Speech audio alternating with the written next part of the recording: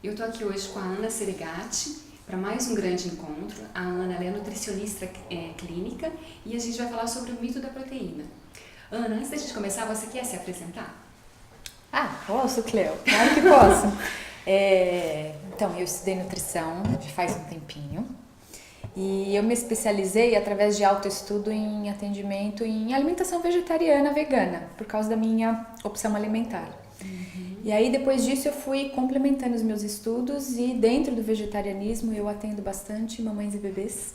Que bacana. Então, grávidas, lactantes e bebezinhos. E tenho uma especialização também em avaliação metabólica. Então, é um mix de coisas aí, mas tudo sempre no natural. Sim, que é mais bacana também, né? Que é o objetivo de eu estar aqui com você, né? Sim. E é por isso, inclusive, que a gente tem essas nossas trocas, né? Porque a gente fala bem a mesma língua. Sim. Bom, e essa questão da proteína, que tem esse mito, né? Quando se trata de um vegetariano, a primeira pergunta que as pessoas fazem, que é clássica, é: onde você vai buscar a sua proteína? Quando, na verdade, a pergunta deveria ser: onde você coloca o seu excesso de proteína? Pois né? Então, eu acho que aí a gente quebra dois mitos. Você quer abrir esse assunto e destrinchar ele? Assim, a gente tem uma cultura, assim, a gente vive numa população onívora, né? Uma população que come carne. E como a gente tem o maior rebanho comercial do mundo, a gente precisa vender carne, né?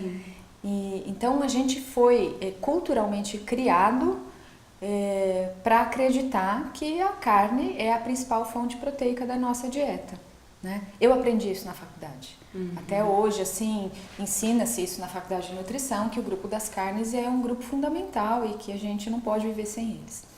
Quando a gente vai olhar, a gente não pode viver sem aminoácidos, que são a menor unidade de uma proteína. Então, a proteína é como se fosse um colar de pérolas, cada bolinha é um aminoácido diferente, e a combinação desses aminoácidos é que vai dar essa gama enorme que a gente tem de proteínas no nosso corpo, né? Então, o que não pode faltar pra gente são os aminoácidos. Sim. A gente tem vários aminoácidos na natureza, só que alguns deles, 8 deles, a gente não fabrica. Então, a gente precisa receber da dieta. Os outros, acho que 12, 13 aminoácidos, a gente produz. Na verdade, 12, 13 não, né? Desses 23 é isso mesmo, 23 menos 8, essa conta que a gente tem que fazer. Os 8 a gente não produz e a gente tem que receber da dieta, e o restante a gente, a partir desses, produz. Então, o que a gente precisa receber é aminoácido. E todos os alimentos de origem vegetal têm todos os aminoácidos que a gente precisa. Sim. Alguns grupos em maior quantidade, alguns grupos em menor quantidade, determinados aminoácidos. Mas como a gente não é monodieta, a gente não come só arroz, não come só feijão, não come só alface.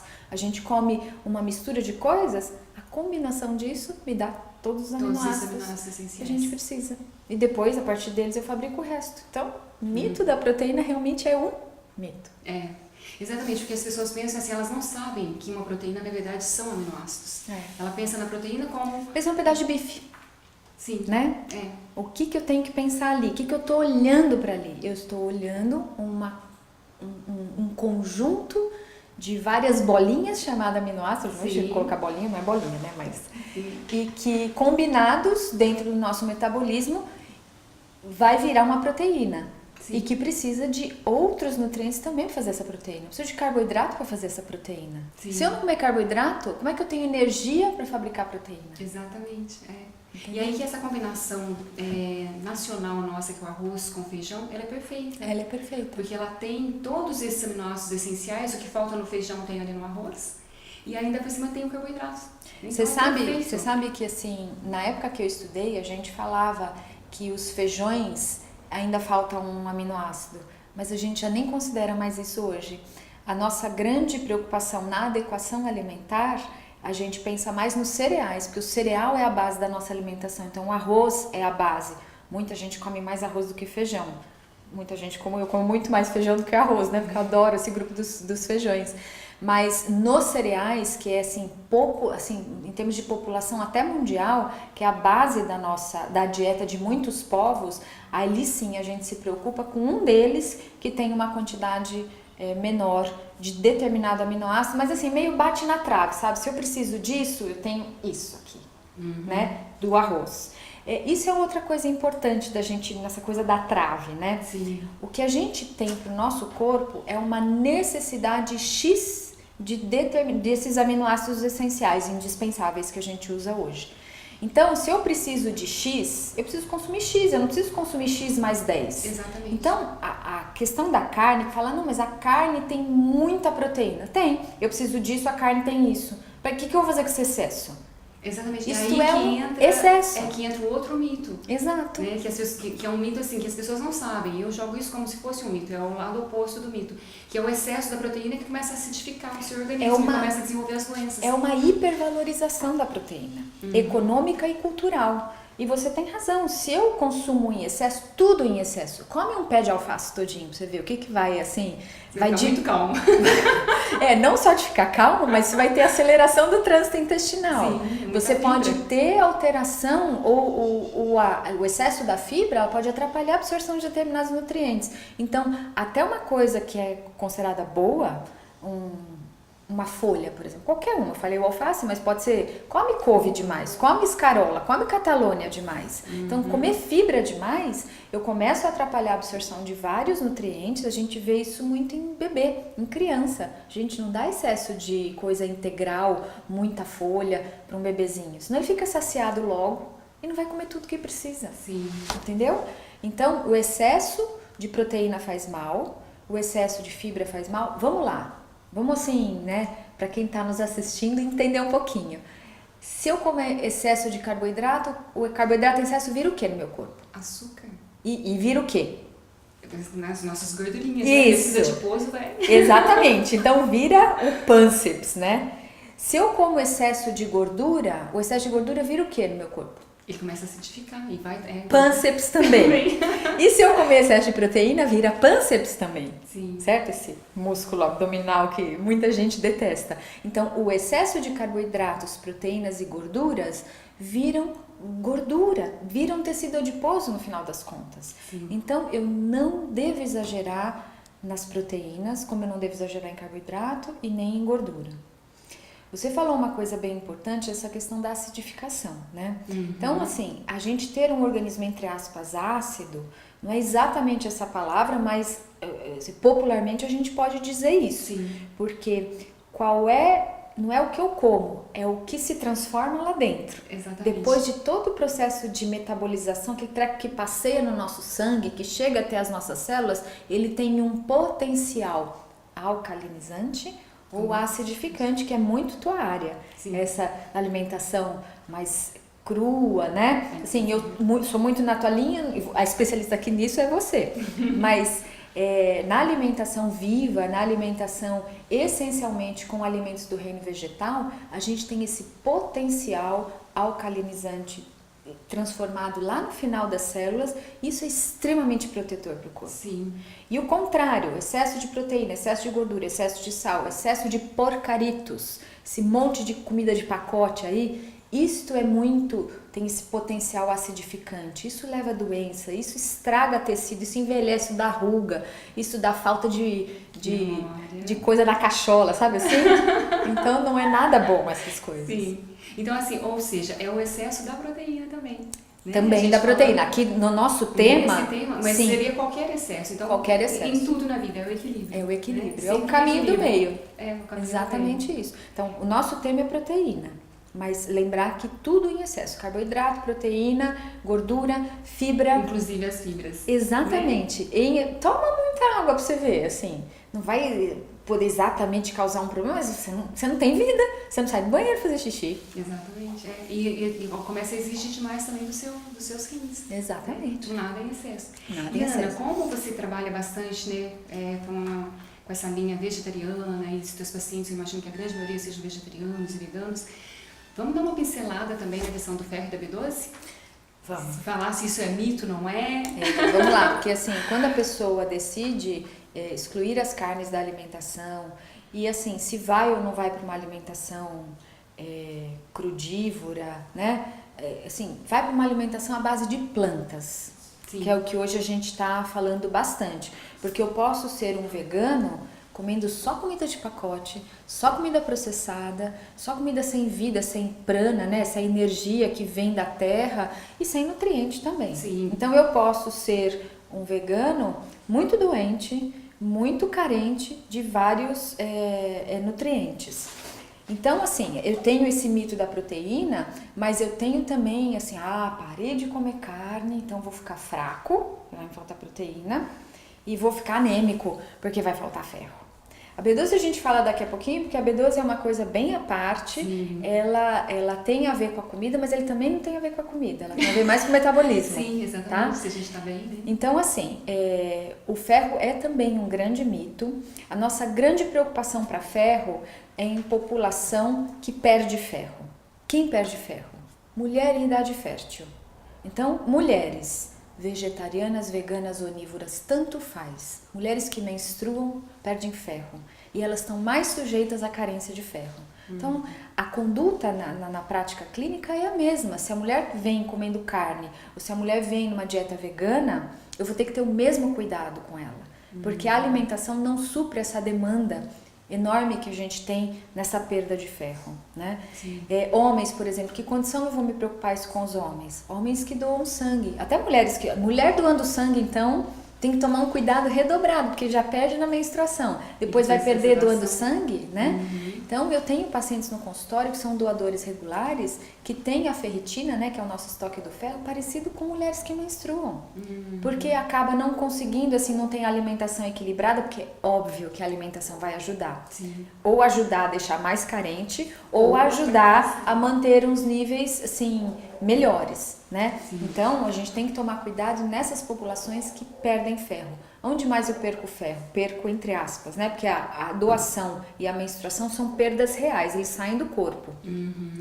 Na gravidez, por exemplo, eu tenho uma perda da mãe pro bebê, né? Ou para os tecidos que ela está produzindo. Então, no primeiro trimestre de gravidez, para formar placenta, para aumentar o volume sanguíneo que vai circular em toda esse maquinário maravilhoso, né, que está acontecendo dentro da barriga, tudo isso demanda muito ferro. No finalzinho, você vê se um bebezinho recém-nascido nasce, ele é perfeito, mas ele é magrinho. Porque no final é que aquela criança vai ganhar tecido muscular. E a hora que eu começo a ganhar músculo, eu começo a demandar ferro da mãe. Então é um momento na vida da parte da biologia, né, do ser humano, a gravidez, que demanda muito ferro. Na lactação, no período que a mulher está amamentando, nem tanto, porque ela não está menstruando, não está mais formando esses tecidos todos, o bebê então está recebendo o ferro que ela está dando ali, mas a demanda é pouquinha. Depois de 6 meses, o leite materno já não é mais o principal alimento, aquela criança vai começar a precisar de muito ferro vindo da dieta. Né? E ali aos 6 meses a gente dá feijão sim pro indivíduo. Aquela coisinha linda, é feijão, é lentilha, é grão de bico, eu falo feijão, mas é o grupo das leguminosas, né? Todas elas. Então, assim, as fontes primárias de ferro de origem vegetal são as leguminosas, o grupo das leguminosas, que eu acho que quem te acompanha já está bem familiarizado com isso, né? Todos os feijões, grão de bico, lentilha, a gente fala que é para quem é novo no pedaço, né? A ervilha seca, o tremoço, a fava e até a soja, né? Na forma de tofu, que é a melhor forma da gente consumir. Então, tudo isso é fonte de ferro. As folhas escuras, por exemplo, são riquíssimas em ferro. E a propósito, ricas em cálcio também. Então, numa dieta vegana, a gente tem ferro e cálcio, pelo menos nessa tem aquela fonte. questão, principalmente para criança, não sei se depois na fase adulta também acontece isso, que os dois minerais, o cálcio e o ferro, eles brigam ali na hora de serem absorvidos pelo nosso organismo. Eles brigam quando você tem um excesso de cálcio que começa a atrapalhar o ferro. E esse excesso é perto ali dos 300 miligramas de cálcio numa porção. Uma porção assim acima de 300 miligramas começa a interferir. Então, assim, o universo fez as coisas de uma forma muito sábia. Não tem, numa couve, não tem 300 miligramas naquela porção assim de cálcio para atrapalhar o ferro. Então, e existe uma outra coisa que eu acho que também quem segue você sabe, que essa matriz alimentar tem muito mais coisas que entre o céu e a terra, não é? São coisas que a gente desconhece. Então a gente sabe que tem o cálcio, tem o ferro, tem o caroteno, tem a vitamina C, tem a fibra, tem mais o que ali? Essa sinergia desses nutrientes dentro do mesmo alimento.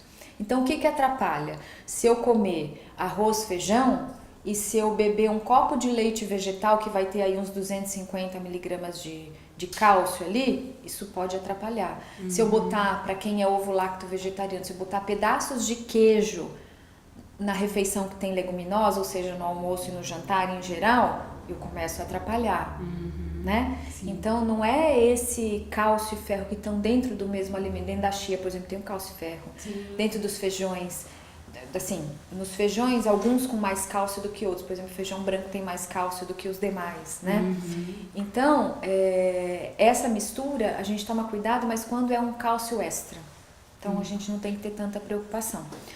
Voltando para o ferro, leguminosas são fontes e essas leguminosas precisam ficar de molho. Então, Sim. ou germina ou deixa só de demolho, né? O ideal seria a germinação mesmo, né? Que elimina o antinutriente. né?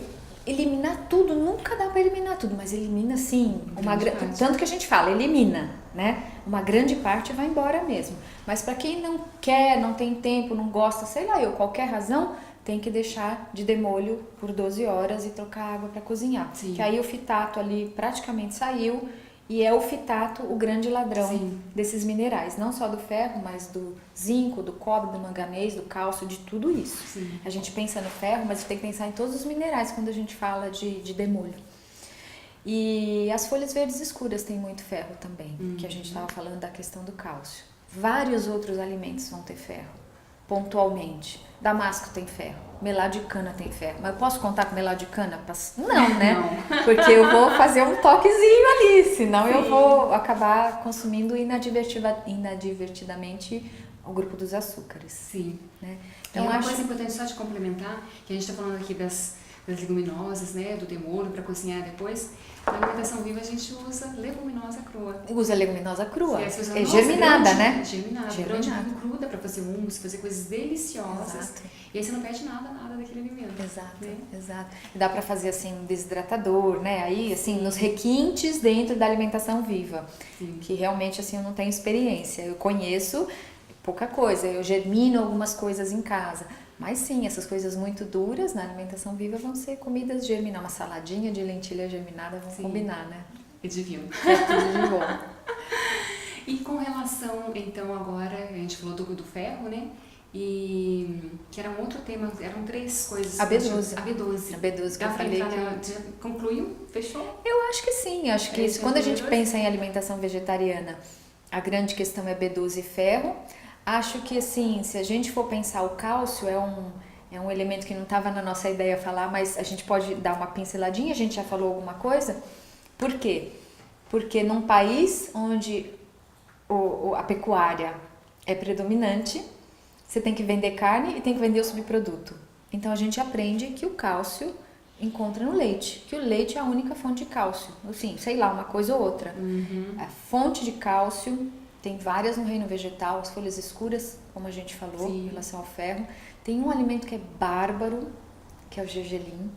Assim, 100 gramas de gergelim, que é 3/4 de xícara de chá de gergelim, tem todo o cálcio que um homem e uma mulher adulta precisam, que são 1000 miligramas por dia. Tem 960 miligramas de cálcio. E o organismo absorve. Absorve. Diferentemente do leite. Do leite que a gente tem a questão dessa biodisponibilidade, o que está disponível para o o corpo, né? Sim. Então, no leite é em torno de 30%. Se a gente pega numa couve e num brócolis, é de 50% a 60% do cálcio que está ali.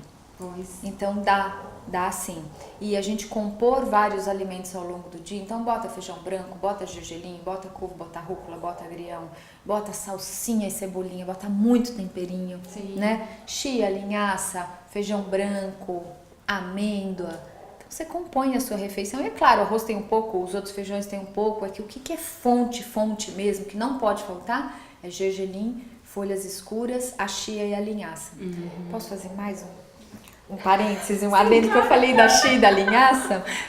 Que aí eu vou emendando na minha cabeça uma... E tem proteína também, né? Mas não sei se é essa a ideia. Não é essa que eu vou falar. Tem proteína, tem ferro, tem cálcio, mas a chia e a linhaça são os únicos alimentos ricos em ômega 3. Ah, sim. né? Os únicos não. São os mais ricos em ômega 3, porque a gente tem um pouco nas nozes, mas não chega aos pés da chia e da linhaça. Sim. Então, um parênteses aí para todo E mundo. aí até abre para isso também, que as pessoas pensam muito nos peixes, né, para comer ômega 3 através dos peixes, mas eles são criados em cativeiro. Não, e outra. Então, não tem ômega 3, né? Alguns são criados, os outros que são pescados, cádmio, arsênico, mercúrio, metal pesado, contaminação de mar, então, e tudo, mas quem come peixe todo dia? Não. Né? Nem quem mora no litoral às vezes não come peixe todo dia, então tem que ter chia e linhaça na vida do vegano, do ovo-lacto vegetariano e do onívoro também. Exatamente, Né? Todos, né? Então, eu acho que agora a gente pode falar da B12. Sim. Então vamos lá, ó. A B12, ela é encontrada exclusivamente no reino animal. Então não tem B12 ativa no reino vegetal. Sim. Eu tenho B12 nas algas, eu tenho B12 em alguns lugares, mas a forma biológica que ela está lá, ela não tem papel no nosso metabolismo. A gente chama de forma análoga ou forma corrinoide. É uma outra forma da B12 presente no reino vegetal. Então, a que tem ação no nosso corpo é a B12 vinda do reino animal ou a sintética, que a gente usa nos suplementos, tá? Então, pensando nisso, a gente vai olhar os estudos populacionais e tem um dado aqui, na América Latina, 40% da população onívora, então, população onívora que come carne, todos os grupos alimentares e carnes, ovos e laticínios, tem carência de B12. Como assim? A pessoa come carne, come ovo, toma leite, toma iogurte, come queijo e tem carência de B12. Por quê? Porque a ingestão não é tão importante quanto a capacidade que a gente tem de metabolizar a B12. E eu ponho a mão na barriga aqui, porque a gente chama isso de um ciclo que a B12 faz dentro do nosso corpo, do fígado para o intestino, do intestino reabsorve para o fígado, do fígado joga para o intestino, reabsorve para o... Entendeu? Esse ciclo que a B12 faz é o que vai determinar mais a carência. Então, a pessoa consome as fontes, eu consumo carnes, ovos, laticínios, estou comendo a B12. Então, metabolizei, digeri, né? Absorvi, aí isso tudo vai lá, fica estocado no fígado, aí quando eu vou fazer digestão de gordura, eu jogo a bile, né? Que é aquele grande detergente biológico que a gente tem para digerir as gorduras, e aí faço a digestão das gorduras e tem muita B12 ali. Quando tá lá no finalzinho do intestino delgado, eu tenho a portinha que recapta a B12. E volta pro fígado e vai fazendo essa reciclagem. Tem gente que tem essa portinha meio... Nasceu assim. Eu, por exemplo, nasci assim com essa portinha que não recapta muito a B12. Se eu ficar sem usar o suplemento, porque eu não recebo nada de origem animal na minha dieta, eu vou ter carência de B12. E é assim que a carência se instala. Mas, Iana, você já tem isso naturalmente, mas a grande maioria das pessoas não tem a capacidade de ter essa portinha final, porque a gente está falando do intestino quando está lá no último ciclo dele ali, né? Então, a maioria das pessoas não está saudável suficientemente para que, quando chega nessa altura ali do intestino, o intestino trazer de volta. Essa é uma variável, então você está colocando uma outra situação que é a saúde intestinal. Sim. A saúde intestinal interfere nessa porta, né? Esse receptor, esse lugar onde a B12 entra, mas existe também uma característica genética, é nisso que eu tô falando, que assim, o onívoro ele pode estar até com o intestino saudável, apesar de comer carne, se comer muito comedidamente, entendeu? Sim. Ele poderia até estar com o intestino saudável, mas se ele não tem essa porta, em termos genéticos mesmo, dele, da característica metabólica dele, conseguir abrir direito para recaptar, ele vai ter deficiência do mesmo jeito. E é comum as pessoas terem essa deficiência? É muito comum. É mais comum do que se imagina. Tem uma outra... Isso pra mim é novo. Tem uma outra situação que é muito comum, que é o uso de antiácido. Então, quando você tira a acidez do estômago, com esse monte de prazols da vida aí, né? Ou, sei lá, outras situações, você atrapalha a absorção de vitamina B12, de minerais como o ferro. Então, a saúde do intestino, a saúde do estômago são fundamentais e isso você tem como controlar, né?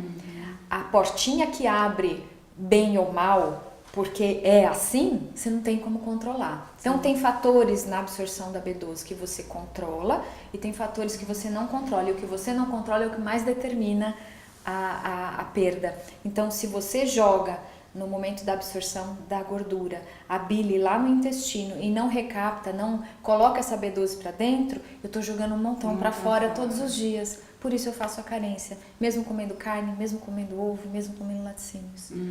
Então é uma preocupação para a população que faz alimentação vegetariana, vegana, óbvio que é, porque especialmente no vegano, que não vai receber nada de fonte, mas é uma preocupação para quem faz alimentação, é adepto da alimentação onívora. Ou seja, 100 menos 14 dá quanto?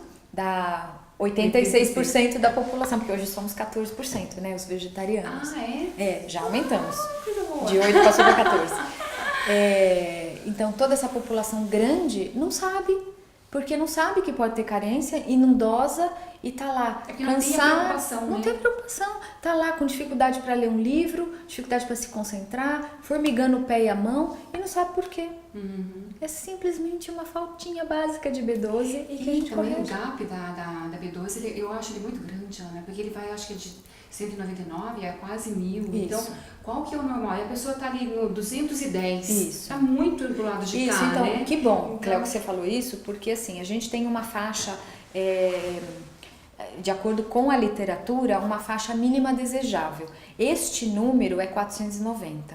Então, acima de 400, vou refrasear, abaixo de 490 é praticamente certeza que você está com algum grau de carência. Tá? Então, de 490 a gente pode até arredondar para 500 porque fica um número mais fácil, né? Acima de 500 é o importante de você deixar a vitamina B12. Mas eu posso entrar numa situação de ter excesso de B12 e não ter prejuízo para o meu corpo.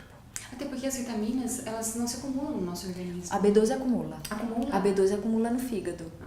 Ela pode acumular, mas isso assim, eu nem entrei por aí, porque senão, mas o estoque de B12 no fígado dura de 5 anos. Não é por aí, porque esse ciclo é que vai mais determinar. Por isso que ela acumula, diferente das outras complexo B, que se você comer B1 demais, você vai fazer xixi cheio de B1. Né? Xixi caro, eu digo. Xixi caro. Tomar um suplemento, um monte de xixi, jogar fora, né? A B12 não, a B12 você tem como fazer. Ela é do complexo B, mas ela é bem particular, assim. Se comporta diferente. Ela se comporta um pouquinho diferente. Então é isso, acho que da B12, no final a gente falou, né, desses mitos todos. Sim. E desses cuidados todos. Ana, só pra gente encerrar, para as pessoas que estão assistindo, normalmente a pessoa que tem a falta da B12, além desses lapsos que poderia ser né, um dos sintomas, quais outros sintomas? O formigamento? Então, a gente, assim, a B12 é importante assim, a B12 ela é necessária para a formação da célula vermelha do sangue, assim como o ferro, tá? E é importante na formação da célula nervosa. Então, ter anemia por falta de B12 é um estágio tão grave que a gente primeiro pensa na parte do sistema nervoso. Aí sim a gente tem como, assim, a carência ainda é uma carência que dá pra gente gerenciar. Se a coisa chegou pro sangue é que a coisa tá feia mesmo.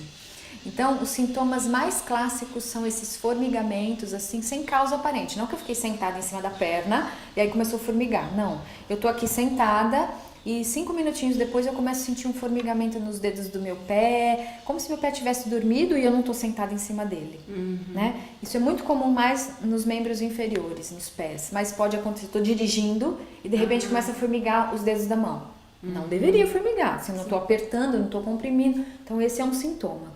Tem gente que sente, tem gente que não sente. O outro é cognitivo. A memória, atenção, foco, concentração.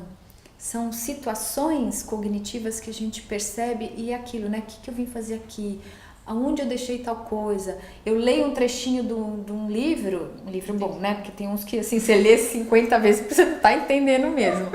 Mas uma leitura boa e você tem que ficar toda hora voltando, você não consegue estudar, você não assimila direito. O que às vezes é difícil em pessoas que trabalham muito com o intelecto, né? Pessoas assim que usam demais o intelecto só vão perceber quando corrige a B12 e fala, nossa, não sabia que a minha memória estava tão ruim assim. Afetada, porque tá demandando tanto, precisa tanto daquilo, que nem percebia a carência, né? Você só a pessoa só vai perceber a carência quando você faz a suplementação e você coloca ela num lugar muito mais confortável, que não demanda esse excesso, sabe? Esse cansaço, assim, de você ter que pensar. Ok. Bom, Ana, fechou o assunto? Tem mais Eu acho que fechou, Cléo. Nossa, acho que falamos demais, né? Não, mas tá ótimo, foi um conteúdo fantástico, Ana. E a gente falou, né, acho que foram vários bônus aí, porque era para ser um grande encontro para falar sobre a proteína. Olha quanta coisa a gente falou. Nossa, estamos falando até do ômega 3.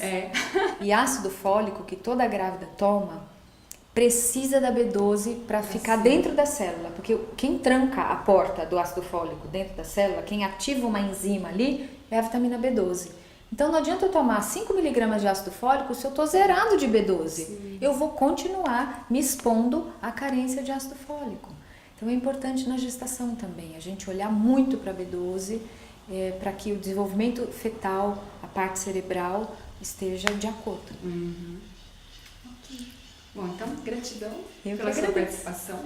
E sucesso aí no curso, né? Eu acho que o pessoal vai agradecer muito também pelo conteúdo. Que legal, que legal. Então, muito obrigada. Obrigada a você, Cléo.